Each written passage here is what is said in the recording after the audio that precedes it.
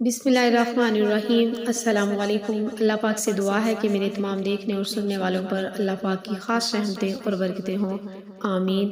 آج میں اپنے چینل اسلام زندہ باد میں آپ سب کے ساتھ شعبان کے مہینے کی فضیلت بیان کرنے جا رہی ہوں، اور اللہ سے دعا ہے کہ اللہ پاک اس مہینے کی زیادہ سے زیادہ ہمیں عمل کی توفیق عطا فرمائے، آمین۔ حضرت انس بن مالک رضی اللہ تعالیٰ عنہ سے مروی ہے، رسول اللہ صلی اللہ علیہ وآلہ وسلم نے فرمایا، شعبان کو شعبان اس لیے کہا جاتا ہے کہ اس ماہ میں احترام و رمضان کی وجہ سے بہت سی نیکیاں پھیلتی ہیں، اور رمضان کو رمضان اس لیے کہا جاتا ہے کہ اس ماہ میں بہت سے گناہ جلا دیے جاتے ہیں۔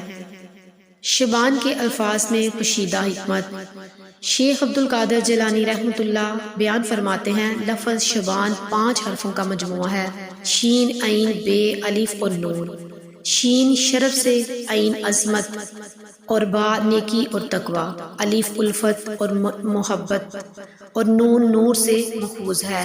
اس مہینے میں اللہ تعالیٰ کی طرف سے بندے کو یہ 4 چیزیں عطا ہوتی ہیں۔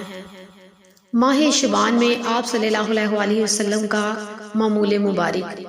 حضور نبی کریم صلی اللہ علیہ وآلہ وسلم نے شعبان کو اپنا مہینہ قرار دیا اور اس ماہ کی حرمت و تعظیم کو اپنی حرمت و تعظیم قرار دیا۔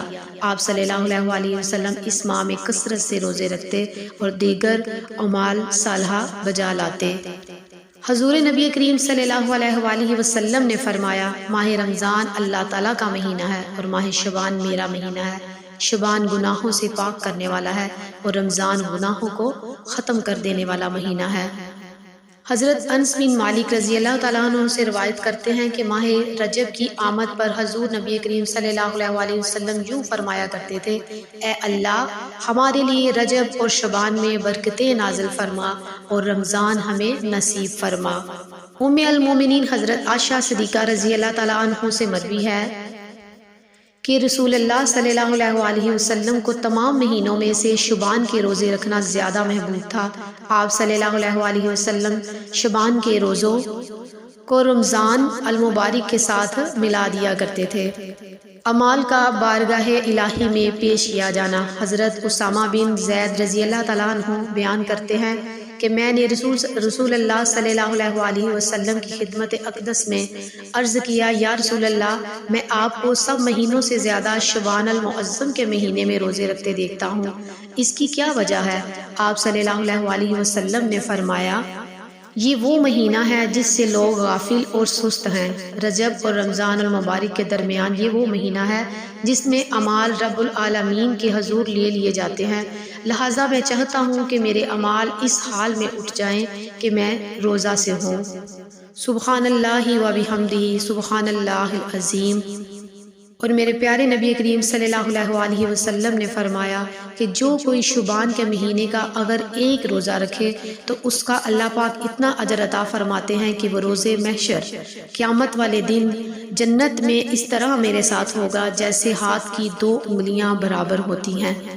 تو آپ رجب کا چاند دیکھ کر یہ دعا ضرور کیجئے گا، اللہم بارک لنا فیہ رجبا وشعبان وبلغنا رمضان۔ اور اس شعبان کے مہینے میں یہ 5 کام ہر مرد اور عورت کو کرنے چاہیے۔ نمبر 1، آپ نے شعبان کا چاند دیکھنے کا اہتمام کریں۔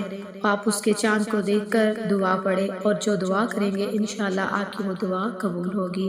اور شعبان کے مہینے میں نمبر 2، آپ غریبوں مسکینوں کی مدد کریں، حسب توفیق جتنا بھی آپ سے ہو سکے۔ نمبر 3، شعبان میں آپ 13، 14، 15 شعبان کا روزہ لازمی رکھیں۔